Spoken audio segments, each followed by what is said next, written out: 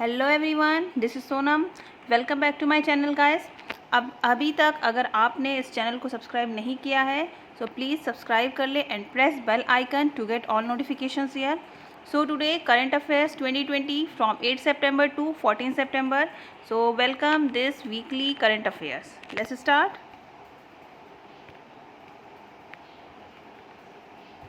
First, aero India 2021 to be held in which Indian city next February. Aero India को अगले साल फरवरी में किस भारतीय शहर में आयोजित किया जाएगा? Option are Gujarat, Bangalore, Andhra Pradesh, Lucknow. Right answer is Bangalore. Aero India 2021 को बंगलौर में अगले साल 3 फरवरी से 7 फरवरी के बीच में आयोजित किया जाएगा। अभी केंद्रीय रक्षा मंत्री राजनाथ सिंह ने एरो इंडिया 2021 की वेबसाइट लॉन्च की है और ये सबसे बड़ा एरो इंडिया एयर शो माना जाता है इसको। और ये जो 3 to 7 फरवरी तक जो आयोजित किया जाएगा ये इसका 13th एडिशन है। ये वायुसेना स्टेशन यहलका में आयोजित किया जाएगा। Move to next. I startup 2.0 program has been launched by which Indian bank. I startup 2.0 program को किस भारतीय बैंक द्वारा लॉन्च किया गया? Option are NABARD, ICICI, PNB, syndicate bank. Right answer is ICI। ICI ने अभी आई स्टार्टअप 2.0 प्रोग्राम को launch किया है और ये जो प्रोग्राम है इसके तहत नए व्यवसायों के लिए एक चालू खाता बनाया जाएगा जो कि 10 साल से भी ज़्यादा पुराने हैं। इसको MCA की वेबसाइट के साथ यूनाइटेड किया गया है। Next, which social media platform has launch there is help name search prompt to prevent suicide. किस सोशल मीडिया प्लेटफॉर्म ने देयर इज़ हेल्प नाम से आत्महत्या को रोकने के लिए सर्च प्रॉम्प्ट शुरू किया है? Option are Google, Facebook, Twitter India, Instagram. Right answer is Twitter India. Twitter India ने देयर इज़ हेल्प नाम से आत्महत्या को रोकने के लिए एक सर्च प्रॉम्प्ट शुरू किया है और ये जो प्रॉम्प्ट है ये विश्व आत्महत्या रोकथाम दिवस के अवसर पर ही शुरू की गई है। इसको NIMHANS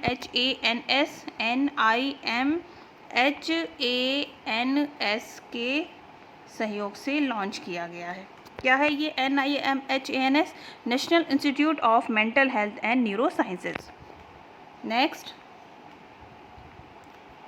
Jalfaghr 99 military exercise going on in Oman Sagar by which country?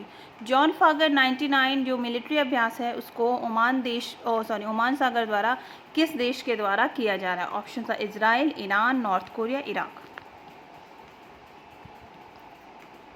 Right answer is Iran.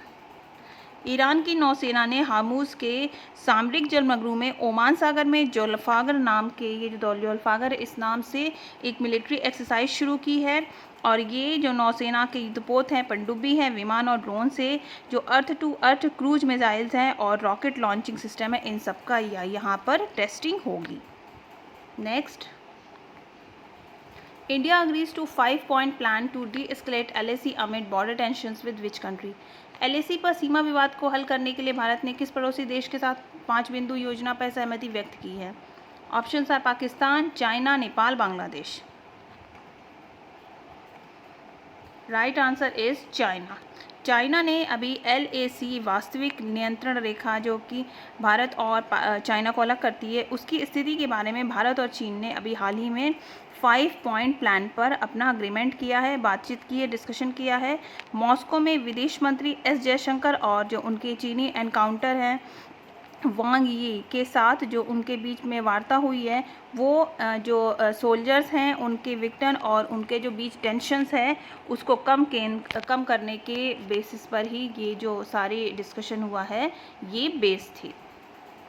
Next, shipping minister launch dispute redressal mechanism for maritime sector. Name of the mechanism is. जहाजरानी मंत्रालय द्वारा एक निवारण मंच शुरू किया गया है, इस मंच का क्या नाम है? सॉल्वर पोर्ट, सैरोट ports, redressal, game changer. Right answer is सैरोट पोर्ट। सैरोट पोर्ट नाम से अभी जहाजरानी मंत्रालय ने यानी शिपिंग मिनिस्ट्री ने अभी एक निवारण मंच का शुरुआत की है जिसको कि मैरीटाइम सेक्टर के लिए शुरू किया गया है। क्या है ये?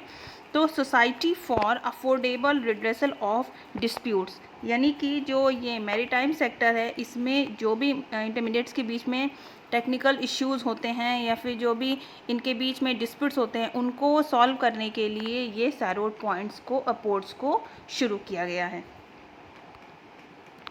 Next, NSTEBD works under the aegis of which department? NSTEBD किस मंत्रालय के तत्वाधान में काम करता है? Option are EDP, DST, GST, EAC।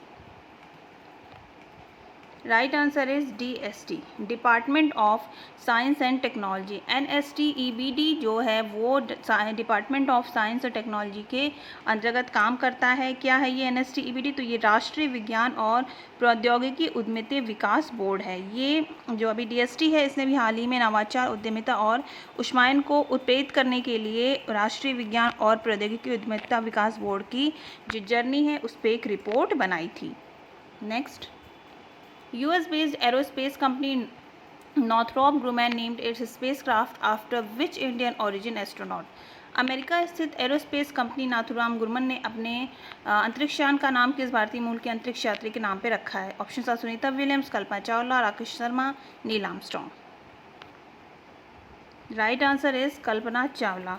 America स्थित एरोस्पेस और डिफेंस कंपनी नॉर्थरॉप ग्रुमैन ने अपने अंतरिक्ष यान का नाम कल्पना चावला के नाम पर रखा है। ये अंतरिक्ष में जाने वाली भारत मूल की पहली महिला थी। इन्होंने इनके लिए जो नाम रखा गया है तो ये इनकी यानी अमेरिका की जो अगला स्पेस स्टेशन जो रिसप्लाई शिप है वो एक NG-14 साइग्रस अंतरिक्ष यान है और उसे ही MS कल्पना चावला का नाम दिया गया है। इसमें जो इनकी कंपनी है इसमें हर जो भी सिग्रस होते हैं, जहाज होते हैं, शिप्स होते हैं, उनका नामकरण किसी न किसी व्यक्ति पे रखने की इनकी ये एक ट्रेडिशन है और जिससे मानो जो अंतरिक्ष उड़ान के क्षेत्र में है उसमें जो भी बेहतरीन काम है उसके नाम पर ये रखने की इनकी ट्रेडिशन चलती आ रही है। Next, India signed ACSA agreement with which country? Bharat ने किस देश के साथ ACSA एग्रीमेंट पर हस्ताक्षर किया? Option are China, Japan, USA, Australia. Right answer is Japan. Bharat ने और जापान ने अभी हाल ही में अपनी रक्षा बलों के बीच आपूर्ति और सेवाओं के पारस्परिक प्रावधान के लिए एक महत्वपूर्ण समझौता जो कि ACSA अधिग्रहण और क्रॉस सर्विसिंग समझौते पर किया गया है, इसको इस नाम से जाना जाता है। ये जापान की सेल्फ डिफेंस फोर्सेस और भारत के जो सशस्त्र बल हैं उनके बीच आपूर्ति और सेवाओं के सुचारू प्रावधान की जो फैसिलिटी है वो इसे प्रोवाइड करता है। Next and last, PNGRB and CGD come under which ministry? PNGRB और CGD किस मंत्रालय के अंतर्गत आते हैं? यहाँ पे H नहीं, यहाँ जी, ये ministry of petroleum and natural gas, finance ministry, coal ministry, HRD ministry. Right answer is petroleum और प्राकृतिक गैस मंत्रालय है, that is ministry of petroleum and natural gas.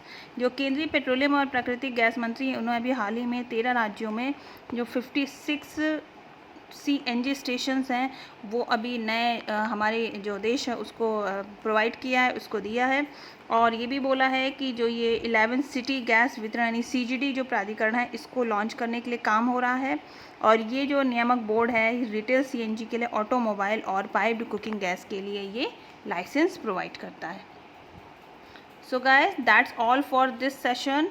We will meet in next class, in next lecture. Till then, take care and bye.